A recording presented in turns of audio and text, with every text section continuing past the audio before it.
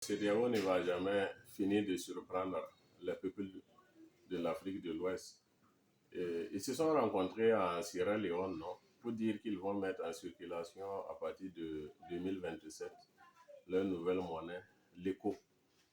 Alors que, bon, à regarder de près, que vaut réellement l'ECO sans le Nigeria, qui compte en lui sur plus de 60% du PIB de la CEDEAO, ou encore le Ghana, qui compte près de 9% du PIB de la CEDEAO.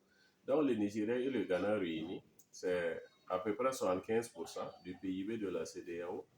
Et ces pays ne sont pas très motivés à adopter l'ECO en 2027, tout simplement parce que ça ressemble plus à une CFA bis, ou si vous voulez, c'est une ECO 2.0. C'est comme si on rebaptisait, si on changeait le nom du franc CFA en ECO, puisque dans le fond, il n'y a pas de changement majeur.